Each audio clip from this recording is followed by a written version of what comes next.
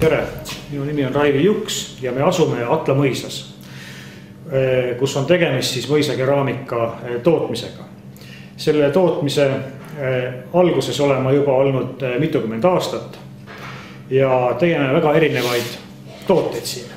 Atla mõisas Raplamaal alustasime keraamika tootmisega aastas 1998. Algul hakkasime tegema pruunist savist asju, väga erinevaid vaase, tasse, taldrikuid, kõiki asju, mida meil majapidamises vaja võiks minna.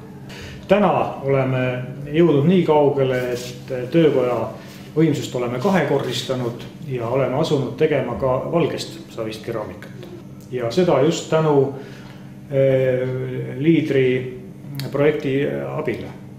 Liidri projekti abi seisnes selles, et kirjutasin siis taotluse nii-öelda projekti, kus ma siis soovisin ahju renoveerida ja vanadele ahjudele siis panna uued seadmed.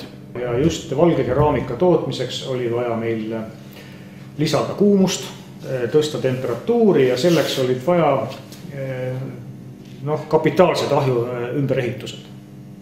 Ja pluss siis Liidri toel oleme saanud siis ka soetada endale väiksema laboratoorse ahju. Laboratoorse ahju ülesanne seisnebki meie tööstuse juures selles, et kõik uus toodang, uued glasuurid ja uued katsetused käivad kõigepealt läbi laboriahju. Laboriahjus katsetame kõigepealt ära uue toodangu. Teeme seal siis glasuuriproovid, erinevad siis dekooriproovid ja kui on kõik ilusti asjad on lahendatud, probleemid on välja selgitatud, siis võime alustada väiksemate partiide tootmisega. Meie toodangus tegelikult ongi väike partiid ja kõik, mis me teeme, on ikkagi puhas käsitöö.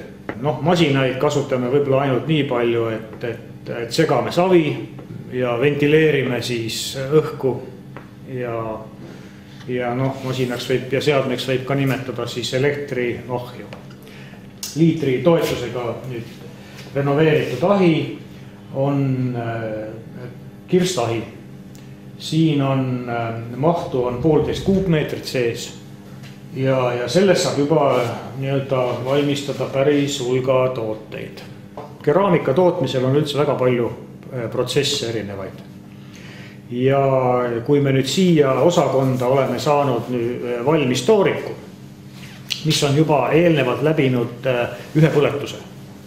See esimene põletus on meil 900 kraadi juures ja selle 900 kraadi juures siis savi paakub ja ta muutub siis nii tugevaks, ühesõnaga ta kivistub.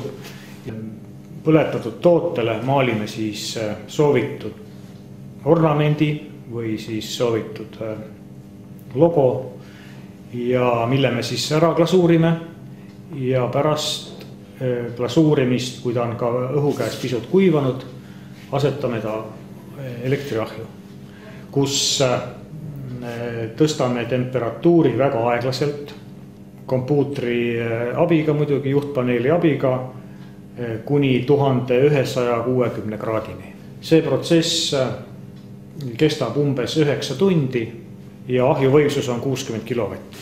Nii, nüüd ma esitlen meie tootesarja tipp sellist mudelit ja see on siis kalaliud.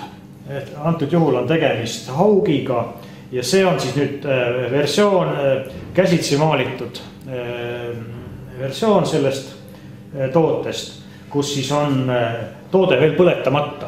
Ja kui nüüd selle asetame ahju, siis 3 päeva pärast me saame juba välja võtta juba valmis kalaliua ja ilmselt seda ka varsti näeme.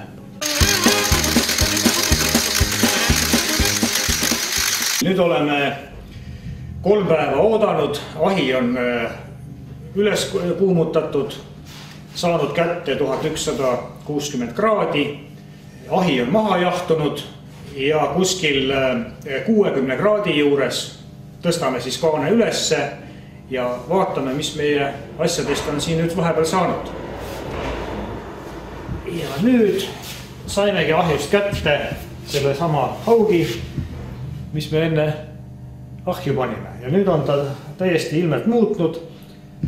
Kala on korralikult välja joonistunud ja toode on muutunud juba kasutuskõlblikuks.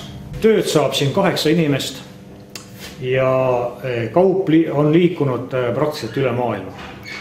Kaupa oleme siit Atla külakesest, Atla mõisast saatnud mõistagi Põhjamaadesse, Saksamaa, Prantsusmaa, Venemaa, Ukraina. Antud liidri projekti maksumus oli 41 000 eurot, milles siis liidri toetus moodustas 60% käibemaksuta summast.